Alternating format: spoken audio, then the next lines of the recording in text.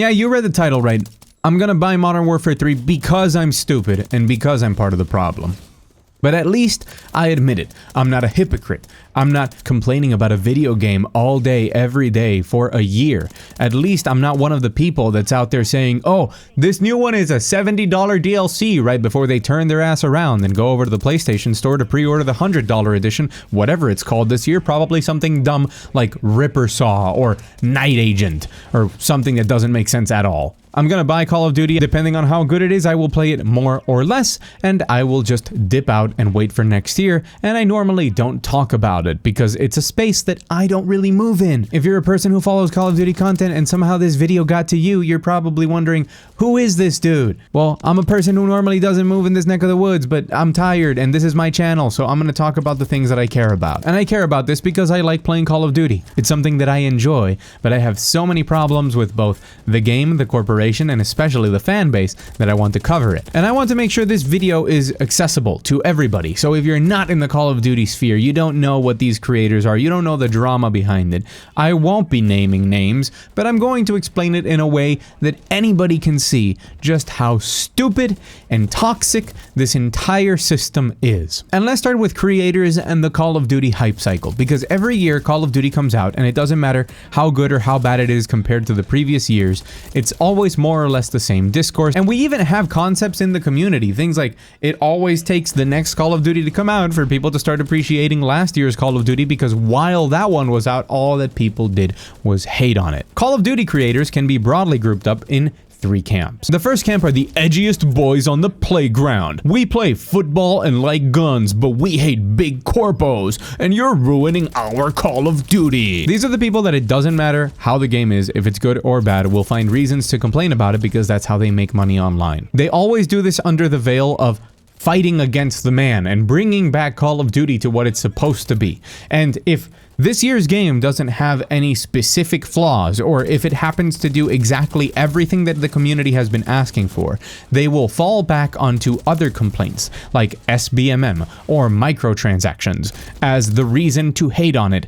Sometimes every single day. I have hate watched some of these content creators daily because I am just amazed at how for 15 minutes every day they can talk over Call of Duty footage and call it a big bag of doo-doo on 400, 300,000 views. These people appeal to a side of the community that just really thinks that the game is not for them, but they also are convincing themselves that they are addicted instead of just the fact that they keep playing Call of Duty and they just don't branch out. They're just creatures of habit and they're just stuck in Call of Duty and they should probably get out. Or there are people who play other games but they come back every year for Call of Duty and they don't like it and they want somebody to be their mouthpiece on the internet. And I mean, hey, I guess you enjoy this sort of content. I'm sorry, I can't understand this. The second camp is the more usual camp. It's more or less what everybody does. Sometimes, truthfully, and sometimes to just follow the waves. These are creators that will hype the game up. They will always say that whatever developer is in charge this year has listened, that they're doing it better, that they're very hopeful, that the new game looks amazing. And then, after the game comes out, after Season 1, after that initial period of a new Call of Duty launch, which is the best time to play, they will then start to hate the game and complain about the game in more or less fake fashions, depending on how fake or not they are. There's a lot of creators that aren't fake in this category. They're just genuinely excited, or at least I believe them, and they have been genuinely excited every single time, except maybe a couple where they really didn't like what was happening, and then they are genuinely disappointed at the progression of the game. These are, of course, the largest ones, because that mimics a lot of how the population wants to feel about the new Call of Duty. You guys gotta keep in mind, Call of Duty is a cultural phenomenon, even to this day. It's still the biggest video game release of the year every year that Rockstar isn't involved, I think. Or maybe even with Rockstar. And it's normal. I get excited for Call of Duty every year. Even at my most cynical, I've been like, well, it looks pretty bad, but I'm gonna buy it anyways because it's Call of Duty and it's a comfort food for me. And then stuff starts to hit them. Some creators stand out to me as being very honest with all of this stuff, and when they transition to other games, they kind of don't make a big stink about it. They don't try and sell it up for showmanship. They're just like, yeah, I'm just not feeling Call of Duty this year. I'm just gonna play something else. And that's great. That's a good attitude to have. Both of these camps are very hypocritical because they have all at some point said that if you don't like the game, you shouldn't buy it. And they say that while they are complaining about how much they don't like the game, but their entire job is centered around playing the game, making content for the game, and making whatever type of content is popular at the moment for the game, including being negative. And I am not blaming them for this. We all gotta eat. But you can see why there is no stopping this train. It always rolls through the station with the same amount of momentum and crashes into the same brick wall, which is next year's Call of Duty. Some of them are more forthcoming, but they change their opinion more or less just as often as I changed my underwear in the pandemic, which is to say once a week. They'll say that you shouldn't buy Call of Duty and you shouldn't support it, and when people call them out on it, instead of simply saying, well, it's my job to cover it, they'll be like, well, I actually like this year's game, when they've spent the last 3 months on Twitter posting daily clips of them raging at the game. The third camp, by the way, are people who just make guides. Shout out to the people who make guides. You guys are doing God's work. I love you guys. Thank you for helping me understand some of the absolutely dumbest things that I've ever seen put into a video game. You know who you are, your XclusiveAces and your JGODs, guys who actually dig into the game and test it to be like, yeah, the stats are wrong. This gun actually does this and it should be patched. Good job, guys. Actually doing the larger community a service, including the people who don't watch any content creators and are just playing Call of Duty casually, playing Warzone casually by fixing stuff. But this entire cycle leads into how the Call of Duty system works. Release the biggest game of the year, it's a cultural phenomenon, millions of people buy it, millions of people play it, tons of people cry about it, then the entire narrative shifts into how bad the game is and how we shouldn't support Activision, which is like a general statement that we should follow in life, but whatever. And then that ramps down into we hate the game, we hate the game, we hate the game. At some point there's a little blip of actually one of the previous games was really good. And then we roll into excitement for about 2 months before the new Call of Duty launches, and that excitement lasts for about 2 to 3 months after the game launches, and then we start the whole spiral again. And that's the second point that I really want to touch on. This whole argument about just don't buy Call of Duty, that's not gonna work. Nobody has an audience big enough and an influence big enough to stop Call of Duty from selling, because make no doubt about it, Call of Duty is a good video game. On average, it's a really good multiplayer shooter, and more importantly, and the reason that it has its chokehold on the market is because it's the best at what it does. And at this point in time, the only one that does what it does. I'm talking about that plethora of content RPG first-person shooter grind.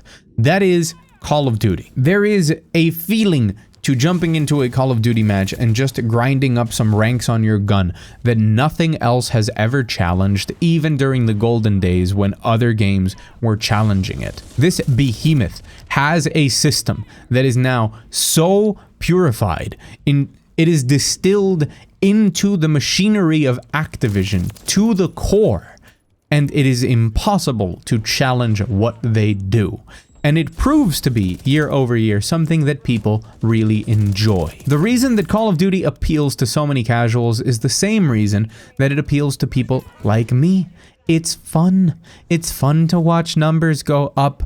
The shooting is good. You like experimenting with new attachments. You like running around in the game. It's also, no matter how much people cry about it, a great value proposition for most gamers. If you want to get good, satisfying gameplay with content that is going to keep you interested in grinding throughout the year, if you're one of those people that has a limited amount of time to game and you want something that is just going to be fun and entertaining, Call of Duty is a good video game to buy if you can only buy one each year. You're gonna get a campaign, you're gonna get zombies, you get Warzone, but that's free, so it doesn't count, and you get the multiplayer. That's a lot of content. Ever since they transitioned into the games as a service model, you're also going to get seasonal drops with a battle pass to grind to get new weapons and experiment more with what you like doing, which is simply leveling up, watch numbers go up,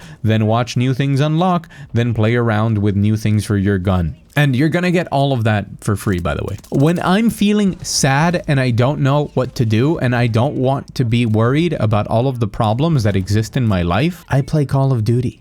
It's one of my favorite things in life. It is just such a slot machine turned into a multiplayer game that it immediately blocks off any negative things that I'm experiencing. I'm just like in a trance playing it. And this is why people play it. Which is the same reason that skill-based matchmaking is such an important conversation in the Call of Duty community, and one that I still don't understand. A lot of the very dramatic reactionaries that I've talked about in the content creation space keep saying that SBMM should be removed from Call of Duty, that it should go back to the way it was on the Xbox 360 when gaming was a lot smaller and multiplayer was definitely not something that so many people played, and definitely not something that people had built entire careers on, and that you have so many people trying to build careers on. When you didn't have 17,000 guides and people that have nothing better to do but stream Call of Duty on Twitch to 2 viewers, and they're both themselves. If Call of Duty had no skill-based matchmaking, a large majority of the player base would stop playing a lot faster, including me. I don't know if you guys have ever played a very competitive, sweaty game where they don't have skill-based matchmaking, because you're going to be jumping into matches where you're going to be destroyed. Do you know what it is for most people, including myself, because this is how I play Call of Duty, having a long day at the office, you're tired, you're working your 9 to 5, you take care of a series of extra responsibilities, you get a call from your boss, you send a couple extra emails, and you're like, well, I just want to unwind a little bit before dinner and going to bed. I'm gonna hop into Call of Duty Modern Warfare 3. And the first thing is that you jump into a lobby and immediately get 360 no-scoped by Timmy. And Timmy is so far above the skill level of your lobby that he's about to drop a nuke. And while he's dropping the nuke, he's also dropping the teabag right after you. Every single time he kills you with a knife. That's not a good feeling. I wouldn't go back to play that game. Because Call of Duty, I don't think is really that addictive. I just think it's therapeutic in a way. It's like a great distraction, but it doesn't have elements that make you not able to stop playing. You can stop playing Call of Duty. I think most of the Call of Duty community knows that, because they stop playing more or less around the time that super negative dive happens, which is the same time that they release shipment to keep the absolute psychopaths like me playing. People leave Call of Duty. It's not that addictive. It's not that sort of game. And I find it funny that they talk about it like it is an addiction when it's nowhere near some of the games that actually just hopelessly addict people. So I think skill-based matchmaking should be a little bit more lenient, have a little bit more space, so that it doesn't feel like every time you have a good match, you immediately got put into a more difficult lobby. That sucks. I don't like that. Nobody likes that. It feels like we are forced to sweat, and it should just be wider. But more importantly, that lobbies stay together, right? But the idea of eliminating skill-based matchmaking, I think, just comes from people that think they're the best and that they're gonna stomp every single lobby that they play in, unaware of how hard they would be stomped. And Call of Duty has undoubtedly made some horrible missteps in its developments and its decisions, from things like movement to settings to just floundering around trying to find what they do after the catastrophic failure of Warzone, when we all discovered that, hey, we don't actually like Warzone, it's just that like it was good during the pandemic. And the biggest problem they have is that this machine is just unsustainable. The amount of employees working on Call of Duty and developing Call of Duty every single year and making it work is just absurd. And I fear for their lives and the quality of their lives and the quality of the product that they are making. And I really think it's difficult for Call of Duty to ever break too far away from where it is while it has success. But stopping its success is not going to happen through some grassroots movement where everybody says, no, we need to stop buying Call of Duty. Success is going to stop when the game is just so bad, it gets so stale that people stop playing it. People stop buying it. People lose faith and trust in the franchise and in the next iteration of it. When we reach that point, the market will regulate itself. People will stop buying Call of Duty if they play it and it sucks. But for now, they're keeping it more or less in line. There's gonna be a slight decline at some point. Game Pass maybe, guys. But for now, it's fine. And yeah, they can be better or worse each year, but quality-wise, it's pretty fine. And if we all get bored of it, it's probably going to be one of those like social situations where everybody kind of starts getting bored of it at the same time. And it's probably because that year's game is very bad. But it's not going to happen because you posted on Twitter. I also do want to talk when it comes to the development of the game about microtransactions, because a lot of people say it's bad because it's a $70 game with microtransactions. I'm going to refer back in this video to when I said that you get multiplayer, campaign, and zombies for $70. And you get the season passes, which as long as you're playing are completely free to use the premium version of them. They put out a ton of content, and the only things that affect the gameplay are completely free. All they are charging for are some of the stupidest microtransaction and costumes in the gaming space. You could complain that they are keeping all of these costumes locked away for money in a game that already costs you money. You could say you accept it if it were free to play. You would pay for costumes. But no, that's not true. You either like spending money on costumes or you don't. These are some of the dumbest, most useless microtransactions in gaming. People who buy them is because they just really want a costume. Turns out, a shit ton of games have microtransactions, be they free to play or pay to play, but they don't offer you free content that's actually good all year round on top of a product that you have to be insane to think that Call of Duty does not provide excellent value for money as a video game, as a day one purchase. If you are interested in Call of Duty, you get a ton of bang for your buck, and nobody ever tells you to spend more money. And this is coming from somebody who hates microtransactions and frequently complains about them, but I'm gonna be honest, I don't really find any problem with the ones in Call of Duty, because I have always spent $70 and absolutely nothing else on the yearly Call of Duty and gotten a completely full experience without ever feeling like I was hamstrung or limited because I didn't put in more money. And I applaud games like this, especially free-to-play games, things like Apex, which do not limit the actual player experience and instead just add cosmetics. And I apply the same reasoning to things like Overwatch 2, where people complain about how expensive the cosmetics are. Don't buy them. It's not that hard to not buy them. I think it's considerably harder to buy them. Why are we crying? The whole point of it receiving new content is for the gameplay to not get stale so that you want to keep playing. And if you're getting new maps and new modes and balance changes and new content that actually matters, who cares that it costs $25 for you to look like Snoop Dogg? Like, great. Let crazy people finance the game with that. I don't care. The day that Call of Duty starts locking out weapons behind paywalls, then we have an issue. It's all a mess, and I can't fix it because I'm stupid. But at least I'll be stupid enjoying shooting things and watching the numbers go up. I've been Mug Thief. Thanks for watching. Take care.